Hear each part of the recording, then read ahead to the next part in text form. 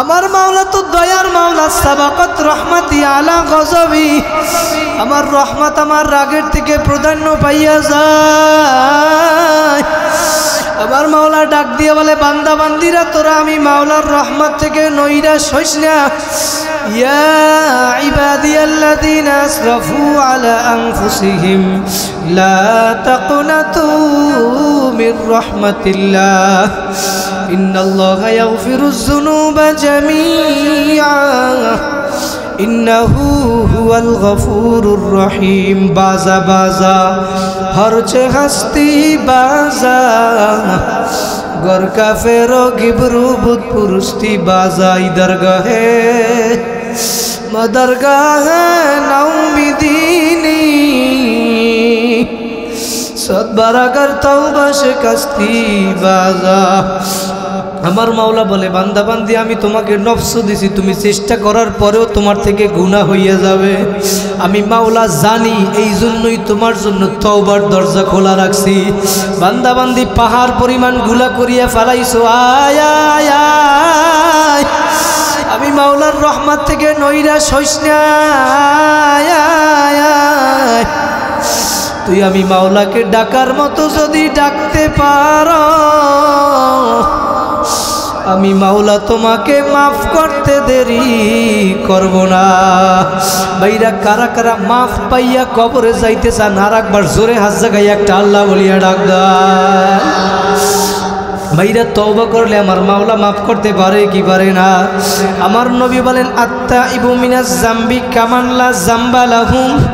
তুমি যদি তওবার মতো যদি তওবা করো, তুমি এমন হইয়া যাবা মনে হয় তোমার আমল নামায় কোনো গুনাহ থাকবে না। ভাইরা নবী মূসার জামানায় এক ব্যক্তি ছিল, ওই ব্যক্তি এমন কোনো খারাপ কাজ নাই যে করতো না। একটা সময় এলাকাবাসী সবাই অতিষ্ঠ হইয়া গেল তার খারাপ কাজের কারণে। এখন এলাকাবাসী সবাই ডাক দিয়া বলে, ওর খারাপ কাজের কারণে আমাদের সন্তানরাও নষ্ট হইয়া যাবে, ওকে এখন জঙ্গলে নিয়ে ফালাইয়া রাখো, এলাকা থেকে তাড়াইয়া দাও। তখন সবাই মিলিয়া ওকে এলাকা থেকে তাড়াইয়া জঙ্গলে যুবককে ফালাইয়া রাখছে। ওই যুবক জঙ্গলের ভিতরে যাইয়া, এখন জঙ্গলের ভিতরে ডানে তাকায় দেখে মরুভূমি, বামে তাকায় মরুভূমি, এই পাশে তাকায় সমস্ত জঙ্গল আর জঙ্গল। মশাই কামড়ায়, পোকামাকড়ের জ্বালা, আসমান তার ছাদ, জমিন তার বিছানা। ওই যুবক এখন কোথাও সাহায্য তালাশ করে, কোথাও সাহায্য পায় না।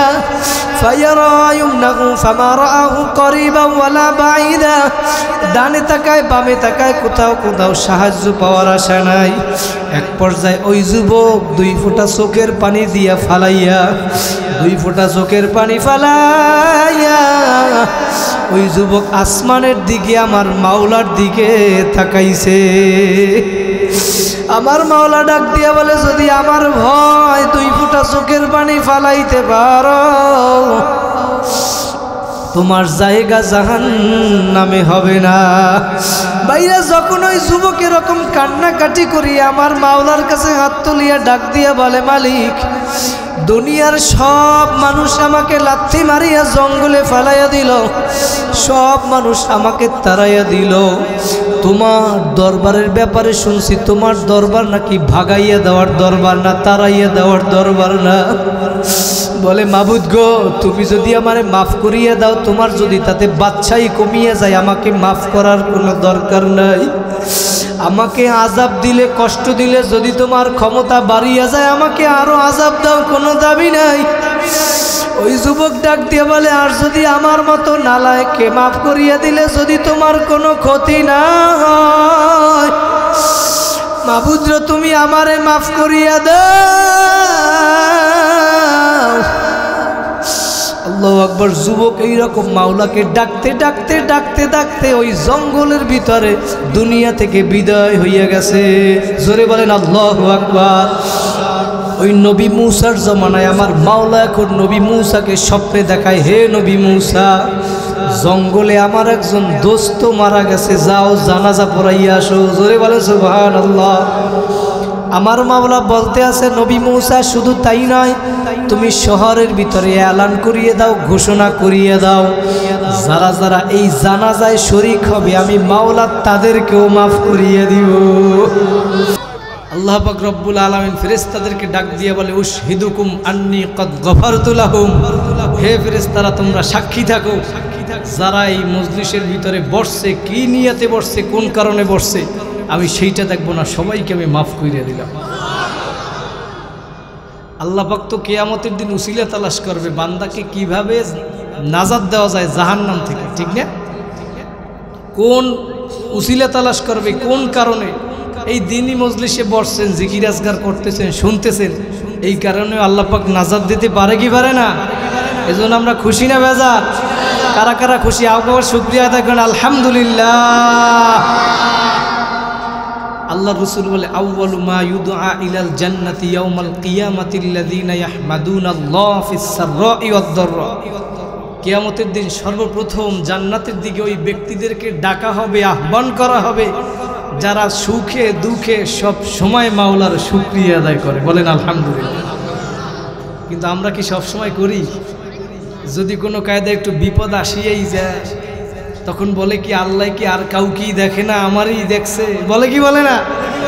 বলে আমিও তো নামাজ রোজা করি, হজ করছি, 5 ওয়াক্ত নামাজ পড়ি, বউ পর্দা করে, এরপরে বিপদ আমার উপরে দেয়। আসলে আল্লাহ তো বিপদ দিয়ে পরীক্ষা করে, বেটা তোর অন্তরের ভিতরে আমি মাওলার মোহাব্বত বেশি না দুনিয়ার মোহাব্বত বেশি? কথা বলে ঠিক না বেরি? আল্লাহ পাক যাকে ভালোবাসে তাকেই পরীক্ষা করে, ঠিক না? এই দুনিয়াটাই পরীক্ষার জায়গা। তো এইখানে যে আসছি আমরা কি নিয়াতে আসছি? কথা কয় না, নেক পাওয়ার জন্য, নেকি পাওয়ার জন্য নাকি? যারা মাহফিল দিয়েছে কি নিয়াইতে দিয়েছে জানি না, আল্লাহ পাক তাদের নিয়তকে পরিশুদ্ধ করিয়া এই আল্লাহকে পাওয়ার জন্য। যারা নামাজ পড়ে না তাদেরকে নামাজি বানানোর জন্য। কথা বলেন ঠিক কিনা? এই জন্যই তো এই মাহফিল, নাকি? না কোনো অন্য কোনো উদ্দেশ্য আছে? থাকলেও শেষ করে দিতে হবে। নিয়ত একটাই, যারা আল্লাহ ভোলা মানুষগুলোকে আল্লাহর পথে ডাকা, ঠিক কিনা? এই জন্যই এই মাহফিল। তো আজকে আমি পরীক্ষা করবো, আজকে ঈশান নামাজ কারা কারা আদায় করছেন একটু হাত জায়গায় দেখান তো আমার। নারায় তাকবীর, হাত নামান। যারা যারা পড়েন নাই হাত উঠাইতে বলবো না, বাড়িতে যাইয়ে নামাজ পড়ে মাহফিল শেষ করে ঘুমাইবেন। পারা যাবে কি যাবে না? যদি পারেন মাহফিল সার্থক। এই জন্যই তো মাহফিল, কি ঠিক না? যারা ঈশান নামাজ আদায় করছেন, আল্লাহ রসুল বলে, মান সাল্লাল ইশা ফি জামাআতিন ফাকান্নামা কামা নিসফাল লাইল। বলেন সুবহানাল্লাহ। যারা ঈশান নামাজ জামাতে আদায় করবা, আল্লাহর রসুল বলে অর্ধ রাত্র দাঁড়াইয়া নফল ইবাদত করলে যেই সব হয় তোমার আমল নামায় আল্লাহ পাক সেই সব দিয়ে দেয়। এরপরে আবার বলতেছে, ওমান সাল্লা সুবহা ফি জামাআতিন ফাকান্নামা সাল্লাল লাইলা কুল্লাহু। আবার আইসা ফজর যারা জামাতে আদায় করবা মসজিদে, পুরা রাত্র নফল ইবাদত করলে যেই সব হয় তোমার আমল নামায় সেই সব দিয়ে দেবে। আবার ফজরের নামাজ আইসে পড়বেন কি পড়বেন না? কারা কারা পড়বে জোরে হাত জায়গায় একটা আল্লাহ বলিয়া ডাক দে। আমার মাওলায় দেখুক এই বান্দাবান্দিগুলো এই ময়দানে বসে অর্ধরাত্র হয়ে গেছে, আল্লাহকে ডাকতেছে। পারা যাবে কি যাবে না? ইনশাল্লাহ যদি পারি তাহলে আমাদের মাহফিল সার্থক, কি ঠিক না? কারণ এই নামাজের জন্যই এই মাহফিল দিচ্ছি, আল্লাহ ভোলা মানুষগুলাকে আল্লাহর পথে ডাকার জন্য। আল্লাহ পাক আমাদের সবাইকে কবুল করুক, বলেন আল্লাহুম্মা আমিন। তাহলে আমরা এখানে কিসের জন্য আসছি? নেকির জন্য, কি ঠিক না? নেকির ভিতরে নামাজ আছে না নাই? রোজা আছে না নাই? এই সমস্ত যত কাজ, ভালো কাজ সবই নেকির ভিতরে আছে, কি ঠিক না? আর এই নেক কাজ যারা করবে, আল্লাহ বলেন আমানু ওয়া আমিলুস সলিহাত কানাত লাহুম জান্নাতুল ফিরদাউসি নুজুলা। যারা নেক আমল বেশি বেশি করবা তাদের জন্যই হয়েছে জান্নাতুল ফিরদাউস। বলেন সুবহানাল্লাহ। এই মজলিস যে এখন আজকে রাত্রে এইখানে আসছি, আগামী বছর আবার এই মজলিস পাবো কোনো গ্যারান্টি আছে? আবার এই মজলিস শেষ করে যে বাড়ি ফিরে যাব তারও কি কোনো গ্যারান্টি আছে? এই দিনটা কি আর কোনো দিন ফিরে আসবে? বাদশাহ হারুন আর রশিদের একজন খাদেম ছিল বাহলুল পাগলা। সেই বাহলুল পাগলা সমুদ্রের পাশে যাইয়ে ঘর আঁকে, বালুর উপরে অনেকে নিজের নাম আঁকে, ঘর আঁকে, আঁকে না নদীর পারে যাইয়া। আমি বরিশালের মানুষ, আমার কথা কি আপনারা বোঝেন? কোনো সমস্যা হয় না তো? নদীর পারে যাইয়া ঘর আঁকতেছে বাহলুল পাগলা। তো বাদশাহ আর তার স্ত্রী জুবাইদা, বাদশাহ হারুন আর রশিদ ওইখানে গিয়ে দেখে বাহলুল পাগলা ঘর আঁকতেছে, ডাক দিয়ে বলে তুই এই ঘর আঁকে দিয়ে করবি কি? কয় এই ঘর আমি বিক্রি করব। কয় মাথা খারাপ হয়েছে, বালুর উপরে ঘর আঁকো, এটা কে কিনবে? কিন্তু বাদশাহ হারুন আর রশিদের স্ত্রী জুবাইদা ছিল আল্লাহর ওলি। সে বুঝতে পারছে যে বাহলুল পাগলা তো আল্লাহর ওলি, সে ওই ঘর কিনছে টাকা দিয়া। বাহলুল পাগলার ঘর কিনছে কে? বাদশার স্ত্রী জুবাইদা। তো ওই রাত্রে ওই বাদশা ঘুমানোর পরে স্বপ্নে দেখে কিয়ামত কায়েম হয়ে গেছে। বলেন আল্লাহু আকবার। এখন সে দেখতেছে কিয়ামত কায়েম হওয়ার পরে সে জান্নাতের দিকে যাইতেছে। বাদশা হারুন আর রশিদ দেখে যাওয়ার পরে কত দূর পরে একটা ঘর দেখা যায়, ঘরের সামনে লেখা জুবাইদা। কি লেখা?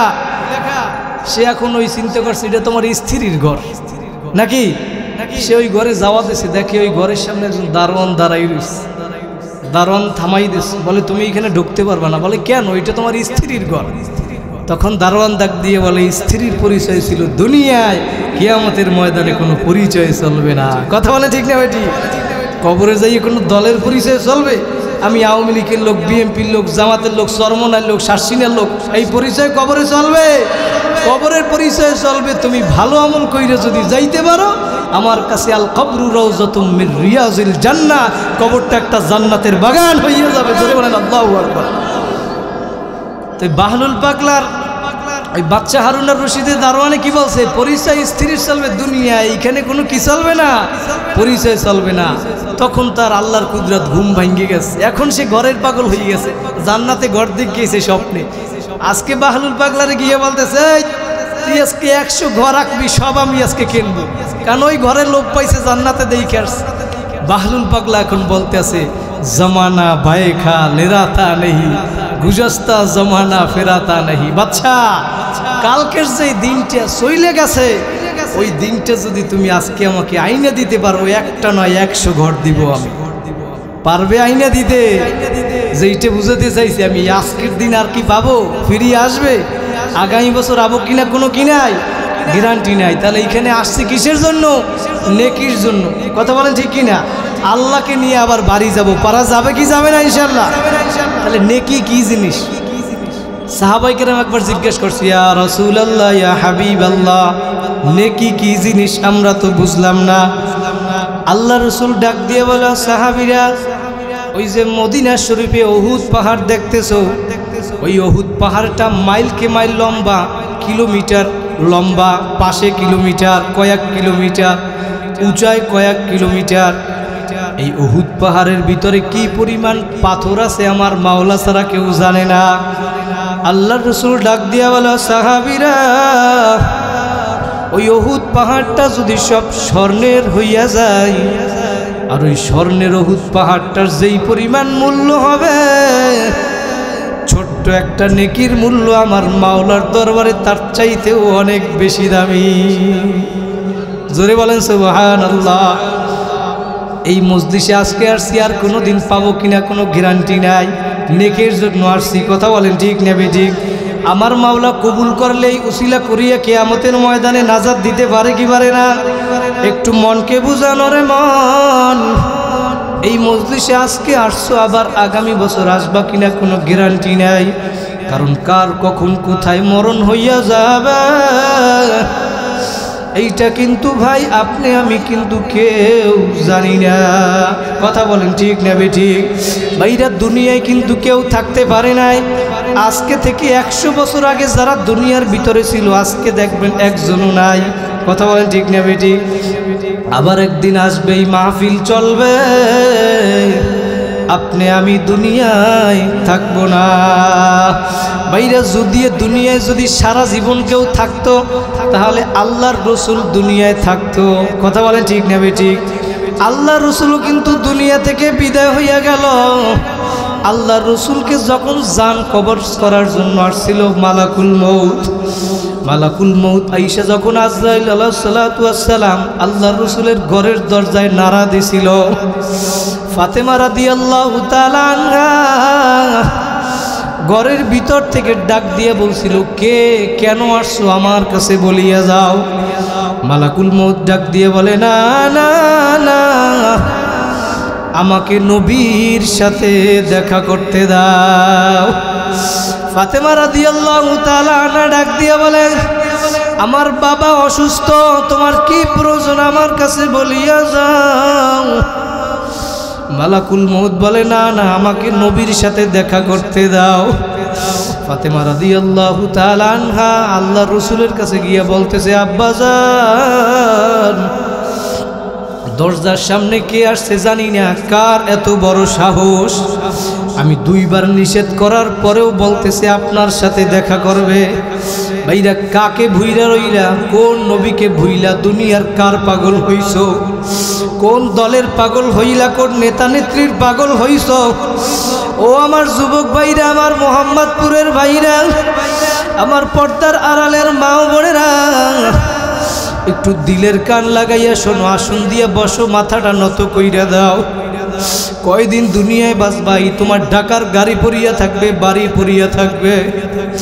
আল্লাহু আকবার। দৈনিক শত শত লাশ ঢাকা থেকে গ্রামের বাড়ি নিয়ে যায়, একবার যে চলিয়া যায়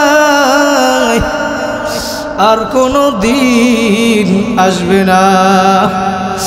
বাইরে পুরুষদেরকে 3টা কাপড় পরাইয়া, মহিলাদেরকে 5খান কাপড়ের প্যাকেট বানাইয়া ওই গ্রামের বাড়ি নিয়ে কবরের ভিতরে ফালাইয়া রাখবে। কই এখন তুমি তাকাইয়ে দেখো, ঢাকার গাড়ি পরিয়া রইছে, বাড়ি পরিয়া রইছে, কই তোমার জায়গা জমি পরিয়া রইল, কই তুমি যাদের জন্য মাথার গাম পায়ে ফেলাইয়া সম্পদ গুছাইলা, আজকে বিল্ডিং করলা, ওই বিল্ডিং এর ভিতরেও তোমাকে থাকতে দিবে না। 3খান 5খান সাদা কাপড়ের প্যাকেট বানাইয়া ওই বাড়ির ভিতরে নিয়ে উঠানের ভিতরে ফেলাইয়া রাখবে। কই এখন তুমি তাকাইয়া দেখো, কবি বলছে রুহু তংসে উড় গই, মুর্দা কি হালাত কিয়া হুই, তোমার রুহু বের হইয়া গেছে। কই এখন তাকাইয়া দেখো, লাশটা পইড়া রইছে। তোমার আব্বা, আল্লাহু আকবার, তোমার বাচ্চারা আইসা তোমার বুকের উপরে আসার পাসার খাইবে, ডাক দিয়া বলবে বাবা বাবা, কই জব তো আর দিবানা।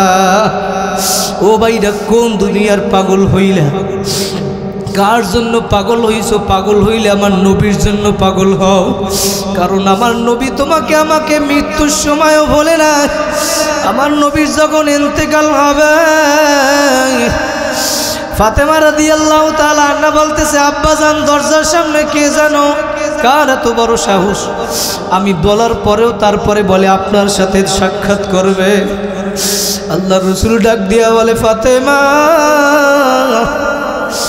দরজার সামনে যে আসছে দুনিয়ার আর কেউ না, দুনিয়ার আর কেউ না, সে হইল মালাকুল মউত আজরাইল। ফাতেমা রাদিয়াল্লাহু তাআলা এখন আরো কান্না করে, কারণ ভাইরা আল্লাহর নবী বলছে মেয়েরা বাবাকে একটু বেশি মোহাব্বত করে, আর বাবারাও মেয়েকে বেশি মোহাব্বত করে। ভাইরা আমার একটা ছোট্ট মেয়ে আছে, যখন বাসা থেকে আসি কান্না করে, ওর কারণে আমি আসতেই পারি না। ভাইরা মেয়েরা বাবার জন্য বেশি কান্না করে, ফাতেমা রাদিয়াল্লাহু তাআলা এখন আরো জোরে জোরে কান্না করে, ডাক দিয়ে বলে বাবা, মালাকুল মউত দরজায় আসছে, কাকে নেওয়ার জন্য, আপনাকে নাকি আমাকে? আল্লাহর রাসূল ডাক দিয়ে বলে, ফাতেমা মালাকুল মউত আসছে আমাকে নেওয়ার জন্য। ফাতেমা রাদিয়াল্লাহু তাআলা এখন আরো জোরে কান্না করে। আল্লাহর রাসূল ডাক দিয়ে বলে, ফাতেমা কান্না করিও না, 6 মাস পরে তোমার সাথে আমার সাক্ষাৎ হবে। জোরে বলেন আল্লাহু আকবার। ফাতেমা রাদিয়াল্লাহু তাআলা আনহা এখন বুঝতে বাকি নাই, আল্লাহর রাসূল এখন দুনিয়া থেকে বিদায় হয়ে যাবে। ফাতেমা ডাক দিয়ে বলে, বাবা আপনাকে নিয়ে গেলে আমি ফাতেমা কেমনে থাকব? ভাইরা একটু দিলের কান লাগাইয়া শোনো, যখন আল্লাহর রাসূলের বুকের উপরে জান কবজ করার জন্য মালাকুল মউত হাত রাখবে, আমার রাসূল ডাক দিয়া বলে, আজরাইল রে, আমার বুকের উপরে তুমি হাত রাখছো, আমার এমন কষ্ট হইতেছে মনে হয় আসমান জমিন ভাঙ্গে আমার বুকের উপরে পড়ছে। ওই নবী ইন্তেকালের সময় তোমাকে আমাকে বলে না, কাকে বইলা রইলা? আল্লাহু আকবার। আমার নবী তখন মালাকুল মউতকে ডাক দিয়ে বলে, আজরাইল, আমার উম্মতের ইন্তেকালের সময়ও কি এইরকম কষ্ট দিবা? আমার উম্মতকে কষ্ট দেওয়ার দরকার নাই, নাই, নাই। কষ্ট যেহেতু আমাকে এখন দিতে আসো, আমার সব উম্মতের কষ্ট আমি নবীকে এখন দিয়া দাও। ভাইরা জোরে বলেন আল্লাহু আকবার। ওই নবী মৃত্যুর সময় তোমাকে আমাকে বলে নাই, আজকে কাকে বইরা লইলা? কোন দুনিয়ার পাগল হইলা? কার মায়ায় পয়লা? কার জন্য গুনাহ করো? কোন দলের জন্য পাগল হইলা? ভাইরা দুনিয়া থেকে বিদায় হওয়ার পরে আর তোমার আর কেউ আপন থাকবে না। কথা বলেন ঠিক না বেটি? ভাইরা দুনিয়ার ভিতরে নেক কাজ করিয়া আমার মাওলাকে কবরে নিয়া কারা কারা যাইবেন? আর একবার জোরে হাত জাগাইয়া একটা আল্লাহ বলিয়া ডাক দেন, আরো জোরে আল্লাহ। আমার মাওলা বলে, বান্দা বান্দি তুই যখন জমিনে বইসা আমাকে ডাক দিবি আল্লাহ, তুই ডাক দিবি একবার, আমি তোর ডাকে সাড়া দিব ৭০ বার। আমার মাওলা বলেন, উদউনি আস্তাজিব লাকুম, তুই আমাকে ডাকতে দেরি, আমি তোমার ডাকে সাড়া দিতে দেরি করব না। ভাইরা তাহলে নেক কাজ করিয়া কবরে যাওয়া লাগবে নাকি লাগবে না? নেক কাজের ভিতরে নামাজ আছে না নাই? সাহাবায়ে কেরাম যারা দুনিয়ার ভিতরে জান্নাতের সার্টিফিকেট পাইল, আল্লাহু আকবার, আবু বকর, ওমর, ওসমান, আলী, তালহা, জুবাইর, আব্দুর রহমান ইবনে আউফ, সাদ ইবনে আবি ওয়াক্কাস, সাইদ ইবনে যায়েদ, আবু উবাইদা ইবনুল জাররাহ রাদিয়াল্লাহু তাআলা আনহুমা। জোরে বলেন সুবহানাল্লাহ। এই ১০ জন ব্যক্তি দুনিয়ার ভিতরে জান্নাতের সার্টিফিকেট পাইছে, তারপরেও কিন্তু নেক ছাড়ে নাই। ছাড়ছে? আবু বকর রাদিয়াল্লাহু তাআলা আনহু ১ নম্বরে জান্নাতের সার্টিফিকেট পাইছে, তারপরেও মসজিদে নববীর ভিতরে দাঁড়াইয়া রাত্রে নামাজ পড়ে আর কোরআন তেলাওয়াত করে। আল্লাহ রসুল হুজরার ভিতরে বৈশা শুনতেছে, কে জানি মসজিদের ভিতরে কান্না করে। আল্লাহ রসুল গিয়া দেখে দুনিয়ার আর কেউ না, আবু বকর নামাজ পড়ে আর কোরআন তেলাওয়াত করে, কান্না করে। জোরে বলেন সুবহানাল্লাহ। আল্লাহ রসুল নামাজ শেষে ডাক দিয়ে বলে, আবু বকর, আপনি নামাজের ভিতরে কেন কান্না করেন? আবু বকর ডাক দিয়ে বলে, ও নবী, আমার মাওলা বলছেন, আমতাজুল ইয়াউমা আইয়ুহাল মুজরিমুন। আমার মাওলা কিয়ামতের দিন ঘোষণা করবে, হে নাফরমানেরা আলাদা হইয়া যাও, আমার এই বান্দাবান্দি নেককার বান্দাবান্দিদের থেকে তোমরা আলাদা হইয়া যাও। আবু বকর ডাক দিয়ে বলে, ও নবী, আমি যদি ওই নাফরমানের কাতারে ভরিয়ে যাই, দুনিয়ার ভিতরে ১ নম্বরে জান্নাতের সার্টিফিকেট পাইল। আল্লাহ রসুল ডাক দিয়ে বলে, আবু বকর, আপনি কেন কান্না করেন? আপনি তো দুনিয়ার ভিতরে জান্নাতের সার্টিফিকেট পাইছেন। ভাইরা সেই আবু বকর রাদিয়াল্লাহু তাআলা আনহু কেমন ছিল? দুনিয়ার ভিতরে যখন কোনো বান্দা বান্দি আমার মাওলার ইবাদত করতে করতে একটা সময় আমার মাওলার সাথে এমন সম্পর্ক হইয়া যায়, ওই বান্দা বান্দিটা একটা ফেরেশতার চেয়েও উত্তম হইয়া যায়। জিবরাইল আলাইহিস সালাম একবার আইসা আল্লাহ রসুলের কাছে বলতেছে, ইয়া রাসূলুল্লাহ, আমার তো কত শক্তি, আমি আপনার কাছে এত দ্রুত আসি আবার যাই, ফেরেশতাদের ভিতরে তো আমি অনেক শক্তিশালী ফেরেশতা, কি ঠিক না? তো আল্লাহ রসুলকে জিবরাইল আলাইহিস সালাম বলতেছে, ইয়া রাসূলুল্লাহ, আমি একটু আপনার সাথে আমার শক্তি পরীক্ষা করতে চাই। বলেন আল্লাহু আকবার। পিছনে এরা কোনো কথাই কয় না, জোরে বলেন আল্লাহু আকবার। আসেন না ঘুমান, জোরে হাত জাগিয়ে একটা আল্লাহ বলিয়ে ডাক দে। আল্লাহ পাক আমাদের সবাইকে কবুল করুক, বলেন আল্লাহুম্মা আমিন। আল্লাহ রসুল কইতেছে, জিবরাইল, তুমি আমার সাথে শক্তি পরীক্ষা করবা, তোমার থেকে তো আমার একটা উম্মতের শক্তি বেশি। জোরে বলেন সুবহানাল্লাহ। তো জিবরাইল আলাইহিস সালাম এখন চিন্তা করতেছে যে আমার থেকে উম্মতের শক্তি বেশি, তাহলে আমার দেখতে হইবে ওই উম্মতটাকে। একটু খেয়াল করেন জিবরাইল কি বলছে, যে আমার থেকে আবার আপনার উম্মতের শক্তি যদি বেশি হয় তাহলে আমি একটু দেখতে চাই ওই ব্যক্তিটা কি। আল্লাহ রসুল বলতেছে, জিবরাইল তুমি যদি দেখতেই চাও তাহলে আগামীকালকে আসরের নামাজের সময় মসজিদে নববীর দরজায় যাই দাঁড়াবা, দেখবা যে ব্যক্তি সর্বপ্রথম মসজিদে ঢুকবে এবং সর্বশেষ বাহির হয়ে যাবে, মনে করবা সেই ব্যক্তি তোমার থেকে উত্তম এবং ক্ষমতাশীল ব্যক্তি। জোরে বলে সুবহানাল্লাহ। জিবরাইল আলাইহিস সালাম আগামীকালকে আসরের সময় ভিক্ষুকের সুরতে মসজিদে নববীর দরজায় যাই দাঁড়াইছে, দাঁড়াইয়ে দেখতেছে যে সর্বপ্রথম যে ব্যক্তি মসজিদে ঢুকতেছে সে দুনিয়ার আর কেউ না, হযরত আবু বকর সিদ্দিক রাদিয়াল্লাহু তাআলা আনহু। জোরে বলে সুবহানাল্লাহ। তো আবার অপেক্ষা করতেছে, নামাজ শেষে একজন একজন সবাই বাহির হয়ে যায়। এখন দেখে সর্বশেষ যে বাহির হইতেছে সে হইল হযরত আবু বকর সিদ্দিক রাদিয়াল্লাহু তাআলা আনহু। জোরে বলেন সুবহানাল্লাহ। জিবরাইলের এখন আর বুঝতে বাকি নাই, এখন ডাক দিয়ে আবু বকরকে পরীক্ষা করার জন্য বলতেছে, আবু বকর আমি আপনাকে একটা প্রশ্ন করতে চাই। বলে কি প্রশ্ন? বলে আপনি পারলে বলেন যে এই মুহূর্তে জিবরাইল কোথায় উপস্থিত আছে। বলেন আল্লাহু আকবার। তো জিবরাইল আসছে ভিক্ষুকের সুরতে। আবু বকর কি জানে জিবরাইল কোথায় আছে? জানে। এখন পরীক্ষা করার জন্য প্রশ্ন করছে যে কেমন ক্ষমতা আবু বকরের, আজকে এটা জিবরাইল দেখবে। আবু বকর রাদিয়াল্লাহু তাআলা আনহু বলতেছে, জিবরাইল আপনি আমার এইটা পরীক্ষা করতেছেন, জিবরাইল না, সে তো ভিক্ষুকের সুরতে আসছে। বলে ভিক্ষুক আপনি যে আমার এইটা প্রশ্ন করছেন এটা আমি কতক্ষণ সময়ের ভিতরে বলবো? বলে আপনি যত দ্রুত বলতে পারেন। আবু বকর বলে আমি চক্ষু বন্ধ করবো আর খুলবো, বইলে দেবো জিবরাইল কোথায় আছে। সুবহানাল্লাহ বলবেন না? আবু বকর রাদিয়াল্লাহু তাআলা চক্ষু বন্ধ করছে আর খুলছে। জিবরাইল আলাইহিস সালাম বলতেছে আপনি চক্ষু বন্ধ কইরে করছেন কি? আবু বকর বলে আমি চক্ষু বন্ধ কইরা আসমান জমিন যত জায়গা আছে আসমান জমিনের ভিতরে সব খুঁজিয়ে তন্ন তন্ন করছে। 8টা জান্নাত, 7টা জাহান্নাম, লাজা, হুতামা, সাঈর, সাকর, জাহিম, হাওয়া, আল্লাহর আরশে আযমের আশেপাশে সব জায়গায় জিবরাইলকে খুঁজছি, আমি কোথাও পাই নাই। আমার মনে হয় আমার সামনে যে উপস্থিত সেই হইল জিবরাইল। আল্লাহু আকবার। জিবরাইলের আর বুঝতে বাকি নাই যে আমার থেকে ক্ষমতাশীল ব্যক্তি কে? আবু বকর। আল্লাহ রাসূলের কথা ঠিক আছে কিনা? তো তারাও নেকের জন্য পাগল ছিল কি ছিল না? হযরত ওমর ফারুক রাদিয়াল্লাহু তাআলা আনহু অর্ধেক দুনিয়ার রাজত্ব করছে। তার ভিতরে ন্যায় বিচার কেমন ছিল?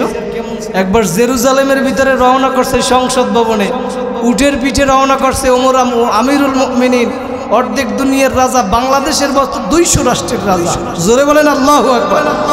তার উটের রশি তো টাইনে টাইনে নিতেছে গোলাম। এখন ওমর রাদিয়াল্লাহু তাআলা চিন্তা করে যে গোলাম আমার রশি টানবে, আমি উটের পিঠে চড়বো, ওইটা হইতে পারে না। এখন ডাক দিয়ে বলে, গোলাম এখন আমি কতক্ষণ উটের রশি টানবো, তুমি কতক্ষণ উটের পিঠে বসবে। আল্লাহু আকবার বলবেন না? অর্ধেক দুনিয়ার রাজা, ন্যায় বিচার। আমিরুল মুমিনিনকে বলতেছে, গোলাম এইটা তো হইতে পারে না, আপনি রশি টানবেন আর আমি উটের পিঠে বসে থাকবো, এইটা বেয়াদবি হবে, এইটা আমার দ্বারা সম্ভব না। ওমর ডাক দিয়ে বলে, গোলাম আগে হইল পরিচয়, তুমি মুসলমান, আমিও মুসলমান, তুমিও মানুষ, আমিও মানুষ। কথা বলেন ঠিক না বেটি? কিন্তু বর্তমানে কি অবস্থা? আল্লাহ আমাদের সবাইকে দিনের সহি বুঝদান করুক, বলেন আল্লাহুম্মা আমিন। তো এরকম কতক্ষণ সে রশি টানে, সে পিঠে বটে উঠে, আবার সে কতক্ষণ রশি টানে, ওমর রাদিয়াল্লাহু তাআলা পিঠের উপরে বসে। এখন যেই জেরুজালেমের কাছাকাছি গেছে তখন আল্লাহর কুদরত, রশি টানা পড়ছে ওমরের পিঠের উপরে, বসছে কে? গোলাম, আর রশি টানতেছে ওমর। রশি টানতে টানতে জুতো ছিঁড়ে গেছে। এখন আমিরুল মুমিনিন অর্ধেক দুনিয়ার রাজা, এক হাতে উটের রশি আর এক হাতে ছিঁড়ে জুতা। আল্লাহু আকবার। এই সংসদ ভবনে যাইতেছে জেরুজালেমে, যখন যাইতেছে সবাই অভ্যর্থনা জানানোর জন্য হাজার হাজার মানুষ দাঁড়াই রয়েছে। যে ওইখানে গেছে তখন অভ্যর্থনা জানানোর জন্য সবাই সামনে আগাই গেছে। তখন উটের পিঠ থেকে ডাক দিয়ে গোলাম বলতেছে, হে আমি কিন্তু আমিরুল মুমিনিন না, আমিরুল মুমিনিন রশি টানে। আল্লাহু আকবার। এই কথা বলার সঙ্গে হাজার হাজার কাফের সব মুসলমান হয়ে গেছে। আল্লাহু আকবার। তো আমাদের ভিতরে ন্যায় বিচার নাই, ন্যায় বিচার আমাদের ভিতরে আল্লাহ পাক যেন প্রতিষ্ঠা করার ব্যবস্থা করিয়ে দেয়, বলেন আল্লাহুম্মা আমিন। তো সেই ওমর রাদিয়াল্লাহু তাআলা আনহু, যেইটা আমি বুঝাতে চাইছি, তারা দুনিয়ার ভিতরে জান্নাতের সার্টিফিকেট যে পাইছে 2 নম্বরে হইল কে? ওমর। কে? আল্লাহ রসুল বলছে ওমরের সাথে আমার বাদিয়াতের সম্পর্ক আর আবু বকরের সাথে মাইয়াতের সম্পর্ক, অর্থাৎ আমার পরে যদি কোনো নবী হইতো সেইটা হইতো ওমর, আর আমার জমানায় আমি নবী না হইয়া যদি অন্য কেউ হইতো সেইটা হইতো আবু বকর। জোরে বলেন আল্লাহু আকবার। তো ওমর রাদিয়াল্লাহু তাআলা আনহু একবার নামাজ আদায় করে, যখন সে ইন্তেকাল হয়, যেইটা বুঝাতে চাই আমি নামাজের গুরুত্ব। ওমর রাদিয়াল্লাহু তাআলা আনহু নামাজের ভিতরে দাঁড়াইয়ে গেছে, মেহরাবের ওইখানে আগে থেকেই পালাইয়াছিল আবু লুলু নামক ব্যক্তি, ছুরি দিয়ে নামাজের ভিতরে এইখানে আঘাত করছে, আঘাত করার পরে রক্তে ভাইসে যাইতেছে। তখন ওমর রাদিয়াল্লাহু তাআলা আনহু নামাজ ছাড়ে নাই। তার পিছনেই ছিল আব্দুর রহমান ইবনে আউফ। আব্দুর রহমান ইবকে টান দিয়া সামনে দিয়া ওমর রাদিয়াল্লাহু তাআলা আনহু পাশে গিয়া বসছে, দাঁড়াইয়া থাকতে পারে না, রক্তে সব ভাইসে যাইতেছিল। তখন ওমর রাদিয়াল্লাহু তাআলা আনহু দেখে যে মানুষ নামাজ ছাইরা তাকে ধরবে, সাহাবীরা এই অবস্থা। তখন ওমর রাদিয়াল্লাহু তাআলা আনহু ডাক দিয়া বলে, ও আব্দুর রহমান, তুমি আগে নামাজ শেষ করো, তারপরে আমাকে ধরতে আইসো। আগে নামাজ শেষ করবা, এর ভিতরে যদি আমার জীবন চলিয়া যায় তারপরেও আমাকে ধরতে আসা লাগবে না। ভাইরা, তারা দুনিয়ার ভিতরে জান্নাতে সার্টিফিকেট পাওয়ার পরেও নেক কাজের জন্য পাগল ছিল কি ছিল না? আমাদেরকেও নেক কাজ করা লাগবে নাকি লাগবে না? কারা কারা নেক কাজ করিয়া জান্নাতে যাইতে চান? জোরে হাত জাগাই একটা আল্লাহ বলিয়া ডাক দেয়।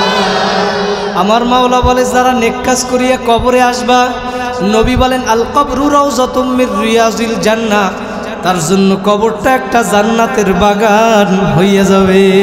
জোরে বলেন সুবহানাল্লাহ। ভাইরা, একটু মনকে বুঝানো রে মন, দুনিয়ার ভিতরে কি কারণে আসছি আর কি নিয়ে রওনা করলাম, আর বর্তমানে কি করতেছি একটু চিন্তা ভাবনা কইরা ওই হিসাব নিকাশ মিলাইয়া তারপর মাওলার কবরে গিয়া শুইয়েন। কারণ দুনিয়ার ভিতরে আপনি আসছেন ভাইরা, আপনি যদি অসুস্থ হইয়া যান, প্রথমে আপনাকে এই প্রাথমিক চিকিৎসা তখন আপনার স্থানীয় জায়গায় নেওয়া হবে। কথা বলেন ঠিক কিনা? যদি আপনি সেইখানে সুস্থ না হন, ডাক্তাররা পরীক্ষা নিরীক্ষা করিয়া দেখবে তোমাকে এইখানে চিকিৎসা হবে না, ঢাকা নিয়ে যাওয়া লাগবে। যখন আপনাকে ঢাকা নিয়ে আসবে, ঢাকার ডাক্তাররা আপনাকে পরীক্ষা নিরীক্ষা কইরা বলবে তোমার এখানে হবে না, বাংলাদেশে তোমার চিকিৎসা হবে না, বিদেশে যাওয়া লাগবে। বলে কি বলে না? তখন একটা পর্যায়ে আপনি বিদেশে যাওয়ার জন্য সম্পদ বিক্রি কইরা, ঘর বাড়ি বিক্রি কইরা, জায়গা জমি বিক্রি কইরা নিঃস্ব হইয়া তারপরে বিদেশে যান ডাক্তার দেখানোর জন্য। কথা বলেন ঠিক না বেটি? কিন্তু যতই ডাক্তার কবিরাজ দেখাও না কেন, যেদিন তোমার বাড়ির দরজায় আজরাইল সালাতু ওয়াসসালাম সিটি বাজাইয়া বসবে, ওই দিন যত ডাক্তার কবিরাজ ডাকো না কেন, যত ইনজেকশন পুশ করো না কেন, ওই দিন আর কোনো রাখার কোনো সুযোগ নাই।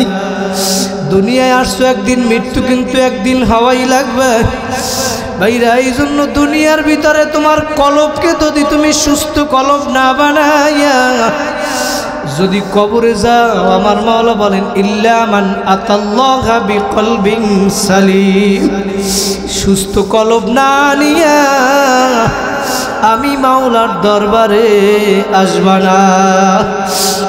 ওয়ালা তামুতুন্না ইল্লা ওয়া আনতুম মুসলিমুন, মুসলমান না হইয়া কিন্তু কেউ কবরে আইসো না। আমার মাওলা ডাক দিয়া বলে বান্দা বান্দিরা, সুস্থ কলব না নিয়ে আমি মাওলার দরবারে আসবা না।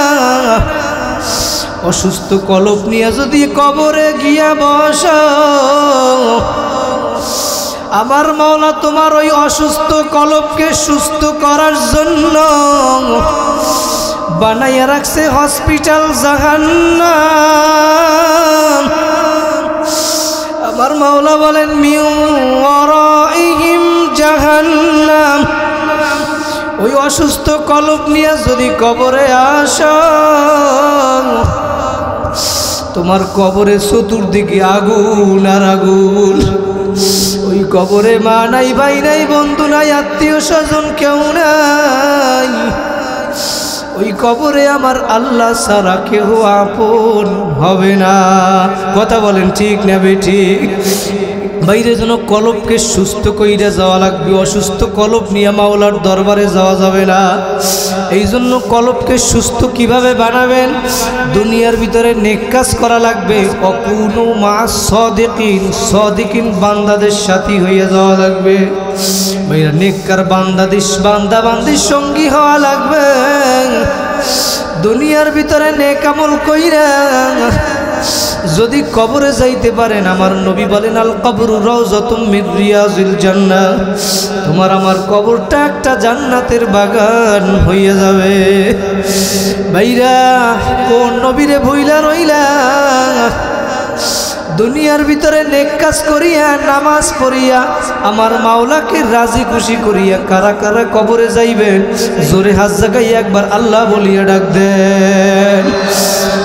ভাইরা দুনিয়ার জমিনে যদি আপনি নামাজ পড়েন, আমার রাসূল বলেন আউয়ালু মা ইউহাসাবু বিহিল আবদু ইয়াউমাল কিয়ামাতিস সালাহ। দুনিয়ার ভিতরে যদি আপনি নামাজের মতো নামাজ পড়েন, আল্লাহু আকবার, নবী বলছেন কিয়ামতের ময়দানে সর্বপ্রথম হিসাব নেওয়া হবে নামাজের। কিসের হিসাব নেওয়া হবে? নামাজের। আমার মাওলা বলেন ইন্নাস সালাতা তানহা আনিল ফাহশাই ওয়াল মুনকার। আল্লাহু আকবার, দুনিয়ার ভিতরে নামাজের মতো যদি আপনি নামাজ পড়তে পারেন, তাহলে ওই নামাজ আপনাকে খারাপ কাজ থেকে ফিরাইয়া রাখবে। ভাইরা তাহলে নামাজ পড়া লাগবে নাকি লাগবে না? নবীর সুন্নাত অনুযায়ী চলা লাগবে নাকি লাগবে না? নেক কাজের ভিতরে নবীর সুন্নাত আছে না নাই? জোরে বলেন আছে না নাই? ভাইরা আমার মাওলা বলেন কুল ইন কুনতুম তুহিব্বুনাল্লাহ ফাত্তাবিউনি ইউহিব্বুকুমুল্লাহ। ও বান্দা বান্দিরা, দুনিয়ার ভিতরে যদি আমাকে পাইতে চাও, আমার মাওলা বলেন হে নবী আপনি দুনিয়ার মানুষদেরকে জানাইয়া দেন, তোমরা যদি আমি মাওলাকে পাইতে চাও, আমি মাওলাকে ভালোবাসতে চাও, তাহলে ফাত্তাবিউনি, আমার নবীর অনুসরণ করো। আর আমার নবীর অনুসরণ কেমনে করবা? আমার নবী বলেন মান আহাব্বা সুন্নতি ফাকাদ আহাব্বানি ওমান আহাব্বানি কানা মাই ফিল জান্নাহ। যারা আমার সুন্নতকে মহব্বত করবা, তারা যেন আমি নবীকেই মহব্বত করলা। জোরে বলেন সুবহানাল্লাহ। আর যারা আমি নবীকে মহব্বত করবা, তারা আমি নবীর সাথে জান্নাতে থাকতে পারবা। নবীর সাথে জান্নাতে কারা কারা থাকতে চান? জোরে হাত জাগাইয়া আল্লাহ বলিয়া ডাক দেন। আল্লাহ পাক আমাদের সবাইকে কবুল করুক, বলেন আল্লাহুম্মা আমিন। বাইরে যদি নবীর সুন্নত অনুযায়ী চলতে পারেন, নবীর সুন্নতের ভিতরে দাড়ি আছে না নাই? এই টুপি আছে না নাই? লম্বা জামা আছে না নাই? মেসওয়াক আছে না নাই? প্রত্যেকটা জিনিসের ভিতরে নবীর সুন্নত আছে না নাই? জোরে বলেন আছে না নাই? যদি সুন্নত অনুযায়ী চলতে পারেন, আমার রাসূল বলেন মান তামাসসাকা বিসুন্নতি ইনদা ফাসাদি উম্মতি ফালাহু আজরু মিআতি শাহীদ। যারা আমার একটা সুন্নতকে দৃঢ়ভাবে আঁকড়াইয়া ধরতে পারবা, তাদেরকে আমার মাওলা 100 শহীদের সওয়াব দিয়ে দিবে। ভাইরা নবীর সুন্নত দাড়ি মোবারক আছে নাকি নাই? আল্লাহু আকবার, আল্লাহু আকবার। ভাইরা হাকিমুল উম্মত শাহ অলিউল্লাহ মুহাদ্দিস দেহলভী রহমাতুল্লাহি আলাইহি একবার এশারের নামাজ পড়া ঘুমাইয়া গেছে। আল্লাহর ওলি মানুষ ছিল, ঘুমের ভিতরে আল্লাহর নবীর সাথে সাক্ষাৎ হইয়া গেছে। সুবহানাল্লাহ। আল্লাহর নবী এখন ডাক দিয়া বলতেছে স্বপ্নের ভিতরে, শাহ অলিউল্লাহ তোমার সাথে আমার অনেক দিন সাক্ষাৎ হয় না, আজকে অনেক দিন পরে তোমার সাথে আমার সাক্ষাৎ হইল। আমি তোমাকে কিছু হাদিয়া দিতে চাই।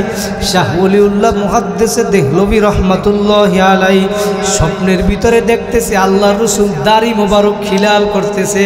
আমরা করি না? দাড়ি মোবারক খিলাল করতেছে। আল্লাহর রাসূল এই খিলাল করার কারণে 2টা অথবা 3টা দাড়ি আল্লাহর রাসূলের হাতের ভিতরে ছিঁড়িয়ে আসছে। সুবহানাল্লাহ। আল্লাহর রাসূল ওই 3টা দাড়ি অথবা 2টা দাড়ি শাহ ওলিউল্লাহ মুহাদ্দিসে দেহলভী রহমাতুল্লাহি আলাইহি এর ঘুমের ভিতরে তার হাতের ভিতরে হাদিয়া দিয়ে দিছে। সুবহানাল্লাহ। শাহ ওলিউল্লাহ মুহাদ্দিসে দেহলভী রহমাতুল্লাহি আলাইহি যখন সকালবেলা উঠলো, বাতি জ্বালাইলো, জ্বালাইয়া দেখে স্বপ্নের ভিতরে যেই নবী যেই দাড়ি তার হাতের ভিতরে দিছিল সেই দাড়ি তার হাতের ভিতরে। সুবহানাল্লাহ। শাহ ওলিউল্লাহ মুহাদ্দিসে দেহলভী রহমাতুল্লাহি আলাইহি এখন চুমা খায়, আতর লাগায়, পকেটের ভিতরে খুব যত্ন করিয়া রাখলো। রাইখা ফজরের নামাজ আদায় করিয়া জিকির আজগার কইরা ইশরাকের নামাজ পড়িয়া মাদ্রাসার দিকে রওনা করলো ওই মরুভূমি দিয়া। ওই মরুভূমির ভিতরে উত্তপ্ত গরম, ওই গরমের ভিতর দিয়া যখন হাইটে যাইতেছিল তার পকেটে ছিল নবীর সিরা দাড়ি। আল্লাহু আকবার। নবীর ওই সিরা দাড়ি তার পকেটে থাকার কারণে সে দেখে মেঘ আইসা তাকে ছায়া দিতেছে। শাহ ওলিউল্লাহ মুহাদ্দিসে দেহলভী রহমাতুল্লাহি আলাইহি দেখে ওই যে উত্তপ্ত গরম সূর্যের তাপ তার গায়ে লাগে না। তখন শাহ ওলিউল্লাহ মুহাদ্দিসে দেহলভী রহমাতুল্লাহি আলাইহি বলছেন, মান আহাব্বা সুন্নতি ফাকাদ আহাব্বানি ওমান আহাব্বানি কানা মাই ফিল জান্নাহ। এই নবীর সুন্নাত সেরা দাড়ি আমার পকেটে থাকার কারণে আজকে সূর্যের তাপ আমার গায়ে লাগে না, আজকে মেঘ আইসা আমাকে ছায়া দেয়। আমি শাহ ওলিউল্লাহ আল্লাহর কসম খেয়েও বলতে পারি কিয়ামতের ময়দানে যাদের গালের ভিতরে এই দাড়ি লাগানো থাকবে আমার মাওলা তাদের গায়ে সূর্যের তাপ লাগাইবে না। কারা কারা দাড়ি আর কাটবেন না জোরে হাত জাগাইয়া আল্লাহ বলিয়া ডাক দেন। ভাইরা নিয়াত করিয়া ফেলান, আমার মাওলা কবুল করতে দেরি করবে না। আমি দোয়া করি আল্লাহ পাক আমাদের সবাইকে কবুল করুক, বলেন আল্লাহুম্মা আমিন। ভাইরা নবীর সুন্নাত অনুযায়ী চলা লাগবে নাকি লাগবে না? নবীকে ভালোবাসা লাগবে নাকি লাগবে না? সাহাবায়ে কেরাম নবীকে কেমন ভালোবাসছিল আমার মাওলা এই জন্যই বলছে আমিনু কামা আমানান নাস, তোমরা ঈমান আনো যেরকম ঈমান আনছে সাহাবীরা। কথা বলেন ঠিক না ঠিক? সাহাবাদের ঈমান কেমন ছিল? আল্লাহু আকবার। হযরত আবু বকর সিদ্দিক রাদিয়াল্লাহু তাআলা আনহু কোনো এক যুদ্ধের ভিতরে মুসলমানদের পক্ষে যুদ্ধ করে আর আবু বকরের ছেলে যুদ্ধ করে কাফেরদের পক্ষে। আল্লাহু আকবার। যুদ্ধের পরে তার ছেলে তার বাবাকে ডাক দিয়ে বলতেছে, বাবা আমি অমুক যুদ্ধের ভিতরে আপনি আমার সামনে এমনভাবে পইরা গেছিলেন, আমি চাইলে ইচ্ছা করলে আপনাকে আমি কতল করতে পারতাম কিন্তু করি নাই, যেহেতু আপনি আমার বাবা। আবু বকর কেমন ঈমান ছিল ভাইরা চিন্তা কইরা দেখেন। আবু বকর রাদিয়াল্লাহু তাআলা আনহু ডাক দিয়া বলা, সন্তান তুমি ওই সময় যদি আমার সামনে পড়িয়া যাইতা আমি আবু বকর সঙ্গে সঙ্গে তোমাকে কতল কইরা ফেলাইতাম, কারণ তুমি মুসলমানদের শত্রু, ইসলামের শত্রু, আমার মাওলার শত্রু দুনিয়া, মুসলমানদের শত্রু আমার নবীর শত্রু। কথা বলেন ঠিক না ঠিক? তাদের ঈমান বিশ্বাস কিরকম ছিল? ওমরে ফারুক রাদিয়াল্লাহু তাআলা আনহু যখন রাজত্ব করছিল অর্ধেক দুনিয়ার রাজা, তখন তার আয়াতের ভিতরে নীল নদী চলে আসছিল। ওই নীল নদীর একটা নিয়ম ছিল, ওই নীল নদী বছরে একবার শুকাইয়া যাইত। যখন ওই নীল নদী শুকাইয়া যাইত, ওই নীল নদীর ভিতরে পানি আনার জন্য ওই নীল নদের ভিতরে পানি আনার জন্য একটা যুবতী মেয়েকে ওই নদীর ভিতরে জবাই করা লাগতো। বলেন নাউজুবিল্লাহ। যখন ওমর রাদিয়াল্লাহু তাআলা আনহুর জমানায় নীল নদের পানি শুকিয়ে গেল, তখন লোকেরা বলতেছে মেয়ে জবাই না করলে, যুবতী মেয়ে জবাই না করলে পানি আসবে না নীল নদে। গভর্নর নাক ডাক দিয়ে বলছে, না এইটা হইতে পারে না, ইসলামে তো এটা জায়েজ নাই। যদি ওই মেয়ে জবাই করার ভিতরে যদি পানি আসার চিন্তা ভাবনা হয়, তাহলে ক্ষমতা তো মেয়ে জবাইয়ের ভিতরে চলে আসে, আমার মাওলার ক্ষমতা গেল কই? কথা বলেন ঠিক না বেটি? ওমর রাদিয়াল্লাহু তাআলা আনহু বলে, গভর্নর না, এইটা হইতে পারে না। আল্লাহু আকবার, হাস্যকর ঘটনা না? আল্লাহু আকবার। ওমর রাদিয়াল্লাহু তাআলা আনহু এখন নীল নদের কাছে চিঠি লেখছে। চিঠি কি লেখছে? মনে হইতে পারে হাস্যকর, আসলে না না না, তাদের ঈমানটা কি রকম ছিল। ওমর রাদিয়াল্লাহু তাআলা আনহু একদিন ডাক দিয়া বলছিল,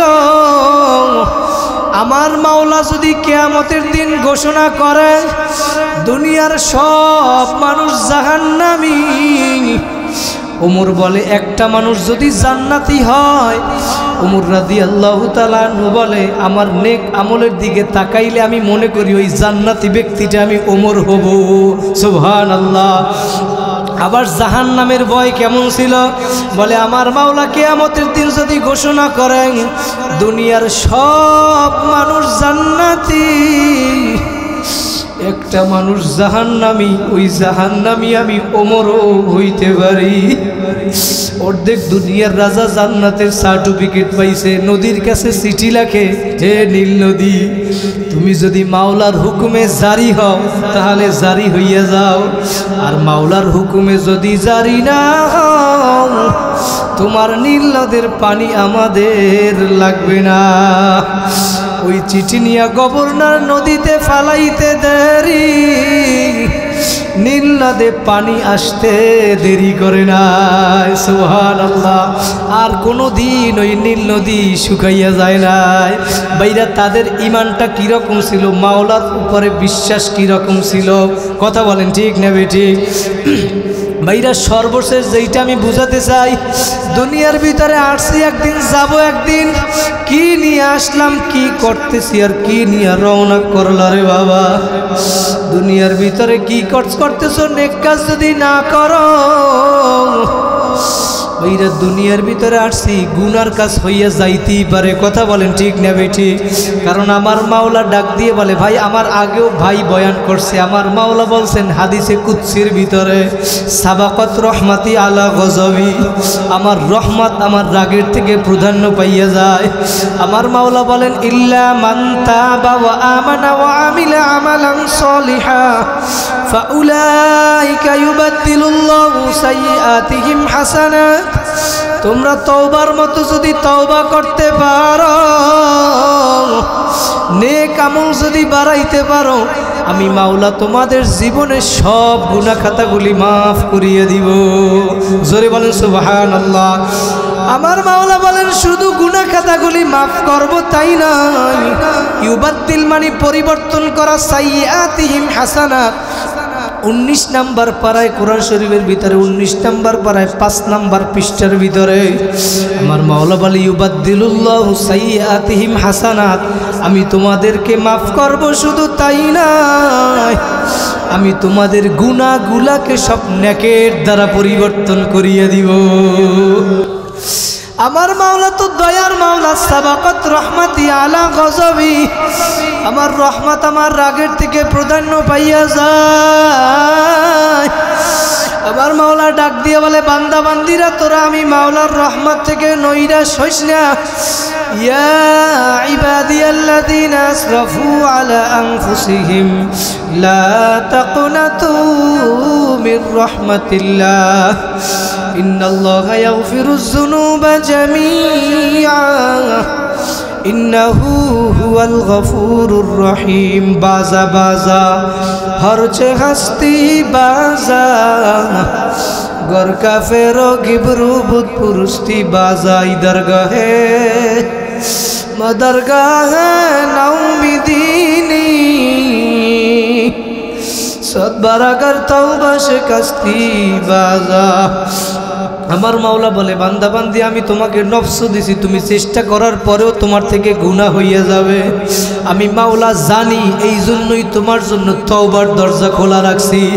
বান্দা বান্দি পাহাড় পরিমাণ গুনাহ করিয়া ফেলাইছো, আয় আয় আয়, আমি মাওলার রহমত থেকে নৈরাশ হইস না, আয় আয় আয়।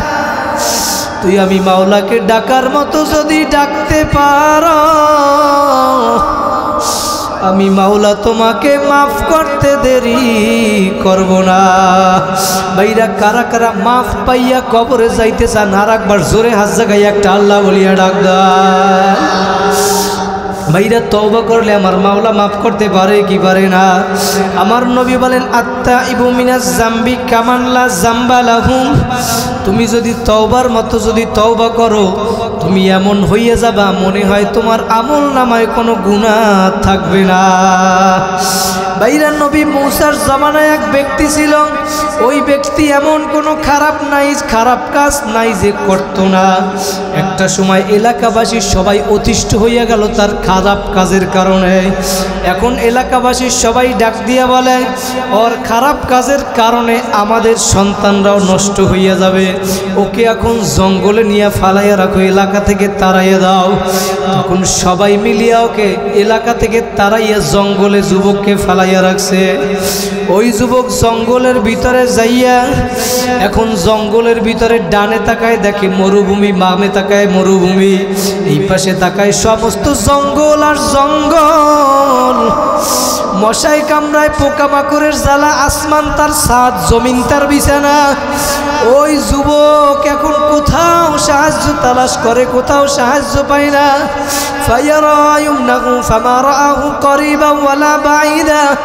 ডানে তাকায় বামে তাকায়, কোথাও কোথাও সাহায্য পাওয়ার আশা নাই। এক পর্যায়ে ওই যুবক 2 ফোঁটা চোখের পানি দিয়া ফালাইয়া, 2 ফোঁটা চোখের পানি ফালাইয়া ওই যুবক আসমানের দিকে আমার মাওলার দিকে তাকাইছে। আমার মাওলা ডাক দিয়া বলে, যদি আমার ভয় 2 ফোঁটা চোখের পানি ফালাইতে পারো, তোমার জায়গা জাহান্নামে হবে না। বাইরে যখন ওই যুবক এরকম কান্নাকাটি করিয়া আমার মাওলার কাছে হাত তুলিয়া ডাক দিয়া বলে, মালিক, দুনিয়ার সব মানুষ আমাকে লাথি মারিয়া জঙ্গলে ফালাইয়া দিল, সব মানুষ আমাকে তাড়াইয়া দিল, তোমার দরবারের ব্যাপারে শুনছি তোমার দরবার নাকি ভাগাইয়া দেওয়ার দরবার না, তাড়াইয়া দেওয়ার দরবার না। বলে, মাবুদ গো, তুমি যদি আমারে মাফ করিয়া দাও, তোমার যদি তাতে বাচ্চাই কমিয়ে যায়, আমাকে মাফ করার কোনো দরকার নাই। আমাকে আযাব দিলে, কষ্ট দিলে যদি তোমার ক্ষমতা বাড়িয়া যায়, আমাকে আরো আযাব দাও, কোনো দাবি নাই। ওই যুবক ডাক দিয়ে বলে, আর যদি আমার মতো নালায়েককে মাফ করিয়া দিলে যদি তোমার কোনো ক্ষতি না হয়, মাবুদ তুমি আমারে মাফ করিয়া দাও। আল্লাহু আকবার। যুবক এইরকম মাওলাকে ডাকতে ডাকতে ডাকতে ডাকতে ওই জঙ্গলের ভিতরে দুনিয়া থেকে বিদায় হইয়া গেছে। জোরে বলেন আল্লাহু আকবার। ওই নবী মূসার জমানায় আমার মাওলা এখন নবী মূসাকে স্বপ্নে দেখায়, হে নবী মূসা, জঙ্গলে আমার একজন দোস্ত মারা গেছে, যাও জানাজা পড়াইয়া আসো। জোরে বলে সুবহানাল্লাহ। আমার মাওলা বলতে আছে, নবী মূসা শুধু তাই নয়, তুমি শহরের ভিতরে এলান করিয়ে দাও, ঘোষণা করিয়ে দাও, যারা যারা এই জানাজায় শরীক হবে আমি মাওলা তাদেরকেও মাফ করিয়ে দিব। নবী মূসা শহরের ভিতরে এলান করিয়া দিল, ঘোষণা করিয়া দিল। ঘোষণা দেওয়ার সঙ্গে সঙ্গে সবাই সওয়াব অর্জন করার জন্য, গুনাহ মাফের জন্য জঙ্গলে রওনা করলো। জঙ্গলের ভিতরে যাইতে যাইতে যাইয়া দেখে, এই তো সেই যুবক যারে আমরা শহর থেকে গুনার কারণে লাথি মারিয়া ভাগাইয়া দিছিলাম। এখন ওই মানুষ সবাই মূসাকে ডাক দিয়ে বলে, নবী মূসা, আপনি বললেন এই জানাজায় আসলে নাকি আমার মাওলা গুনাহ মাফ করবে, কিন্তু এ তো সেই নাফরমান, এ মাওলা আবার কিভাবে গুনাহ মাফ করবে? আমার নবীও কিছু বলতে পারতেছে না। নবী মূসা এখন মাওলারে ডাক দিয়ে বলে, মালিক, তুমি বলছো তোমার দোস্ত আর শহরবাসী সবাই সাক্ষী দিল তোমার দুশ্মন, আমি তো কিছু বুঝলাম না। আমার মাওলা তখন ডাক দিয়ে বলে, নবী মূসা, আমি বলছি শহরবাসী যা বলছে আমি বলছি আমার দোস্ত, শহরবাসী সাক্ষী দিল তারা দুশ্মন, তাদের কথাও সত্য আমার কথাও সত্য। জোরে বলেন আল্লাহু আকবার। আমার মাওলা ডাক দিয়ে বলে, নবী মূসা, ও আমার দুশ্মন ছিল, কিন্তু যখন ও জঙ্গলের ভিতরে যাইয়া আমার কান্নাকাটি শুরু করছে, রোনাজারি শুরু করছে, ও যখন ডান দিকে সাহায্য তালাশ করে কোনো সাহায্য পায় না, বাম দিকে সাহায্য তালাশ করে কোনো সাহায্য পায় না, এক পর্যায়ে গিয়ে আমি মাওলার কাছে এমন কান্নাকাটি শুরু করিয়া দিছে, ওর কান্নাকাটির কারণে আমি মাওলার আরশের ভিতরে এমনভাবে জোশ মারিয়া ফেলাইছে। আমার মাওলা ডাক দিয়া বলে, নবী মূসা, ওর কান্নার কারণে আমার দিল কুদরতি অন্তরটা ঠান্ডা হইয়া গেছে, আমি খুশি হইয়া ওরে মাফ করিয়া দিছি। আমার মাওলা ডাক দিয়ে বলে, ওর কান্নাকাটি আমি মাওলার কাছে এমন ভালো লাগছিল মূসা, ওই যুবক তো টঙ্গী দিলওয়ালা, ছোট দিলওয়ালা, শুধু নিজের জন্যই ক্ষমা চাইছে, কিন্তু ও যদি নিজের জন্য ক্ষমা না চাইয়া দুনিয়ার সবার জন্য যদি ক্ষমা চাইতো, আমি মাওলা সবাই রে ক্ষমা না করিয়া পারতাম না রে মূসা। কারণ আমার মাওলা বলে, সাবাকাত রহমাতি আলা গজাবি, মান জাআনি মান তাগাররাবা ইলাইয়া তালাক্কাইতাহু মিন বাঈদ। जब कोई बंदा बंदी मेरी तरफ आता है, शिकस्ता दिल आता है, टूटा हुआ दिल आता है, जब घबरा कर चारी तरफ मायूसी का समंदर दिखता है, आसमान उस पर टूट से नजर आता है, जमीन उस पर तंग हो जाता है, चारी तरफ के दरवाजे जब उस पर बंद हो जाता है, আমার মাওলা ডাক দিয়ে বলে, নবী মূসা, চতুর্দিক থেকে যখন ওই যুবকের জন্য দরজা বন্ধ, মেরি দরওয়াজা কভি বন্ধ হি হতা, আমি মাওলার দরজা তখনও খোলা।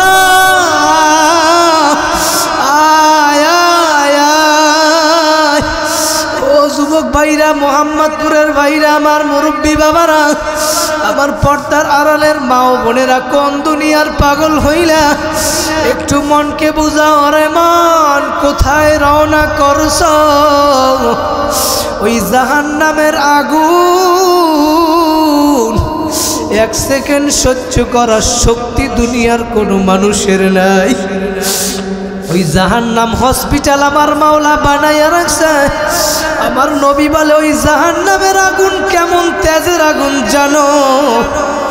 ওই জাহান্নামের আগুন দুনিয়ার আগুনের থেকে 70 গুণ বেশি তেজের আগুন। আল্লাহু আকবার। ওই দুনিয়ার আগুনের ভিতরে কোনো মানুষ 1 মিনিট হাত রাখবে এমন শক্তি নাই। আর ওই জাহান্নামের আগুন কেমন আগুন? আমার মাওলা ডাক দিয়া বলে, নারুল্লাহিল মুআলাল আফইদা। ওই জাহান্নামের আগুন যদি কোনো জায়গায় লাগার সঙ্গে সঙ্গে ভাইরা, দুনিয়ার আগুন যেইখানে লাগে সেইখানে পুড়িয়া যায়, যেইখানে লাগে সেইখানে ব্যথা হয়। আমার মাওলা নিজেই সূরা হুমাজার ভিতরে বলিয়া দেয়, জাহান্নামের আগুন এমন আগুন কোন জায়গায় লাগার সঙ্গে সঙ্গে কলিজা পর্যন্ত পৌঁছায় যাবে। আল্লাহু আকবার, আল্লাহু আকবার। ইমাম গাজ্জালী রাহমাতুল্লাহি আলাইহি কিতাবের ভিতরে লেখছেন, কিয়ামতের ময়দানে আমার মাওলা 10 রকমের আকৃতিতে মানুষকে উঠাবে কিয়ামতের ময়দানে। ভাইরা, এক শ্রেণীর মানুষ কিয়ামতের ময়দানে শূকরের আকৃতিতে উঠবে, বলেন নাউজুবিল্লাহ। আর এক শ্রেণীর মানুষ কুকুরের আকৃতিতে উঠবে। ভাইরা, কারণ কি? আমার মাওলা দুনিয়ার ভিতরে যা কিছু কুদরতি আমার মাওলার হাত দ্বারা বানাইছে, তার ভিতরে একটা হইল মানুষের চেহারা। আমার মাওলার এই কুদরতি চেহারা জাহান্নামে জ্বলবে না, জ্বলবে না। আমার মাওলা এই জন্য তোমার আমার চেহারাকে কিয়ামতের ময়দানে পরিবর্তন কইরা একটা শুয়ার কুকুরের আকৃতিতে বানাইয়া আমার মাওলা ঘোষণা করবে, হে ফেরেশতারা খুযুহু ফাগুল্লু, ধর ওকে বান্দিয়া ফেলাও, জাহান্নামের ভিতরে নিক্ষেপ কর। ওই জাহান্নামের আযাব সহ্য করার শক্তি দুনিয়ার কোনো মানুষের নাই। ভাইরা এই জন্য মনকে বুঝাও রে মন, আমার মাওলা যেহেতু এই মাহফিলে নিয়ে আসছে, আর কোনোদিন আসবা কিনা কোনো গ্যারান্টি নাই। ভাইরা 5টা মিনিট একটু আসন দিয়া বসো, মাথাটাকে নত কইরা দাও, দিলটাকে মাওলার সাথে লাগাইয়া দাও। একটু চিন্তা করো, কার মা নাই, কার বাবা নাই। ওই মা বাবার জন্য দুনিয়ায় আসছো, দিন পাইছো রে সন্তান। অনেকে মাহফিল শেষ করিয়া বাড়ি যাইয়া মাকে পাবা, অনেকে বাবাকে পাবা, কিন্তু এমন হতভাগাও আছে যার মাও নাই, বাবাও নাই। ওই ব্যক্তি বুঝে মা বাবা কি জিনিস, যার মা বাবা দুনিয়ায় নাই। ভাইরা কিছুদিন আগে একটা বয়ানের শেষে এক যুবক আমার হাতে কিছু টাকা দিয়ে বলে, হুজুর আমার জন্য একটু দোয়া করেন, আমার বাবার জন্য। কিছুদিন আগে আমার বাবা দুনিয়া থেকে বিদায় হয়ে গেছে। বললাম ঠিক আছে দোয়া করবো। বলে হুজুর আমি এখন সংসার চালানোর জন্য ঢাকায় রিক্সা চালাইয়া খাই, আমার মা গ্রামের বাড়িতে থাকে, আমার বাড়ি বরিশাল ভোলা। বলে হুজুর আমি রিক্সা চালাইয়া টাকা পয়সা পাই, আমার মাকে পাঠাই, মোবাইলে কথা বলি, আনন্দ পাই, কিন্তু কয়েকদিন আগে আমার মাও মরিয়া গেছে। হুজুর আমি বড় এতিম, আমার মাও নাই, বাবাও নাই। আমি এখন রিক্সা চালাই না, ঢাকায় ভালো চাকরি বাকরি করি, ভালো বেতন পাই, সারাদিন মানুষের সাথে থাকি, মা বাবার কথা মনে পড়ে না।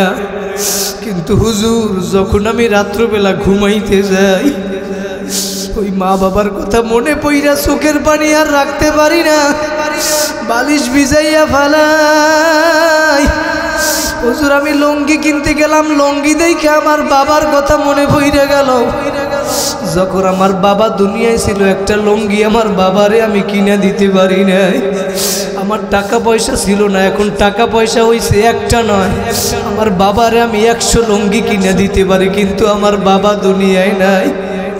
ও যুবক তোমার মা কবর থেকে তোমার দিকে তাকাইয়া রইছে সন্তান।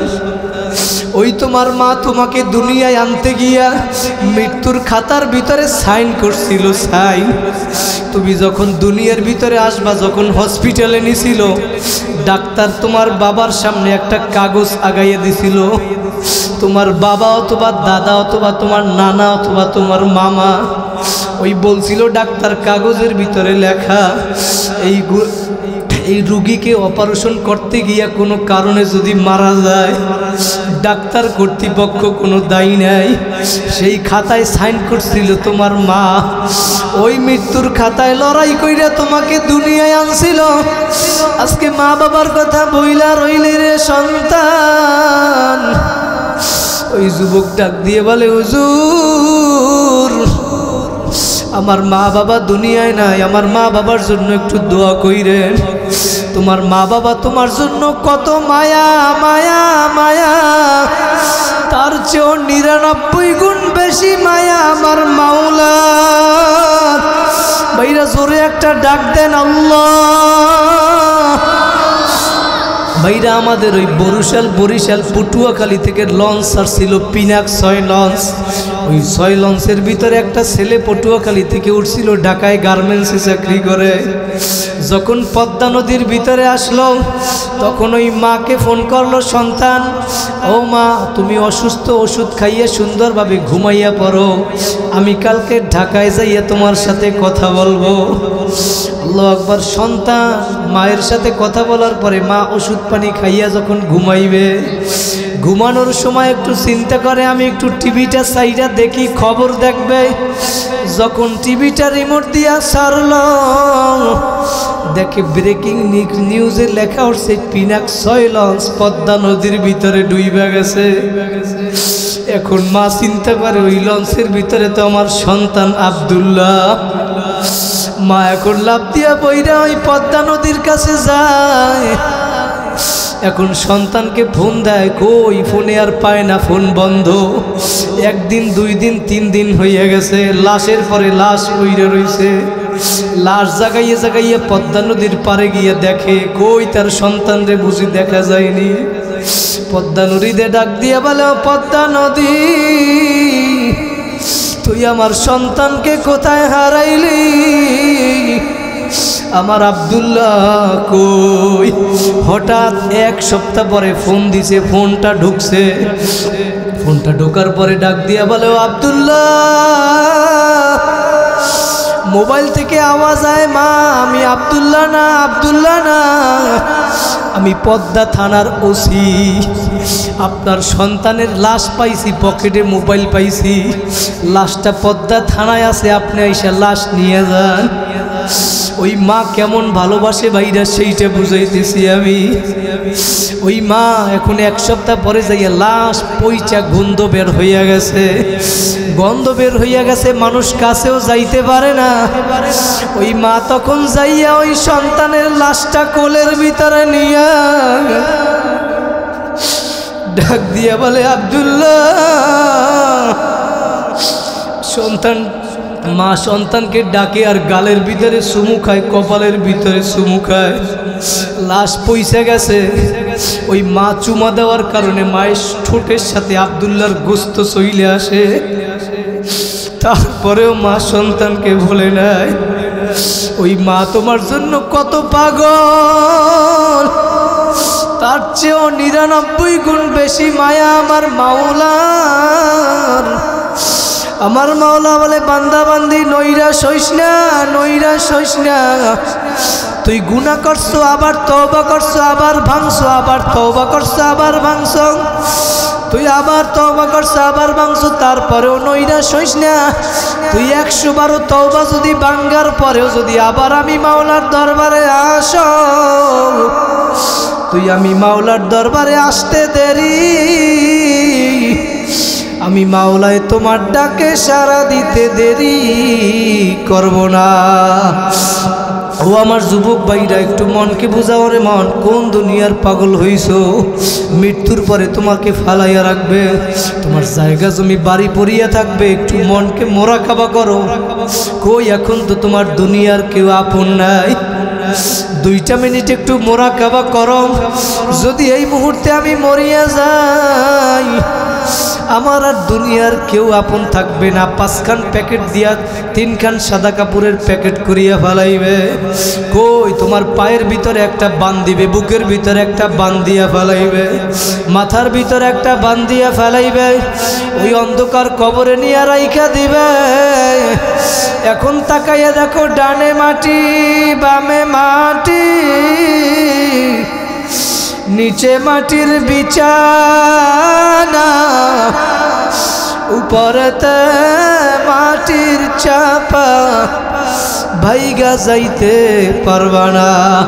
মনকে বুঝাও রে মন। আমার মাওলা মাহফিলে যেহেতু নিয়েই আসছে, একটু মনকে বুঝাও, যেহেতু নিয়েই আসছে, আল্লাহ যেন মাফ না কইরা বাড়ি না ফিরায়। ভাইরা কারা কারা দিলটাকে খাটিন তওবা করতে পারবা? জীবনে আর গুনার কাজ করবা না, নেক কাজ ছাড়বা না, 5 ওয়াক্ত নামাজ ছাড়বা না, মা বাবাকে কষ্ট দিবা না, দাড়ি রাখবা, নবীর সুন্নাত অনুযায়ী চলবা, উলামায়ে কেরামের সাথে সম্পর্ক রাখবা। কারা কারা পারবেন? যদি খাঁটি নিয়ত থাকে 2টা হাত আমার মাওলাকে দেখাইয়া দেন। জোরে একটা আল্লাহ বলিয়া ডাক দেন, আল্লাহ। আরো জোরে আল্লাহ। ভাইরা আমার সাথে সাথে পড়েন, আস্তাগফিরুল্লাহাল্লাযী লা ইলাহা ইল্লা হুয়াল হাইয়ুল কাইয়্যুম ওয়া আতুবু ইলাইহি লা হাওলা ওয়ালা কুওয়াতা ইল্লা বিল্লাহিল আলিয়্যিল আযীম।